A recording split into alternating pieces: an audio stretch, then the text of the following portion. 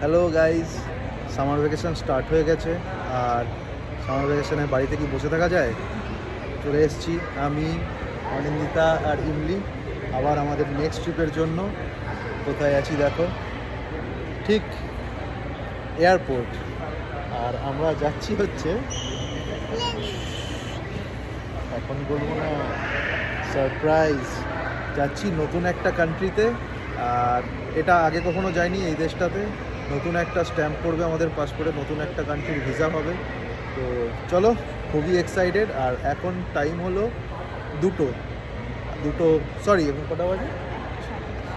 1:30 বাজে, 1:27, 1:30 মতো বাজে। আমরা এয়ারপোর্ট পৌঁছে গেছি ওই 11টা, 11:30 নাগাদ।